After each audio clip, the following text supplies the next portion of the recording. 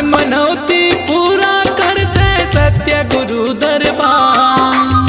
दर्शन कर ले गुरु गद्दी के पूजा करे संसार। जाके देख ले ओ जाके देख ले, जाके देख ले गिरौदपुरी धाम। ए भैया मिट जाही तन के थकान।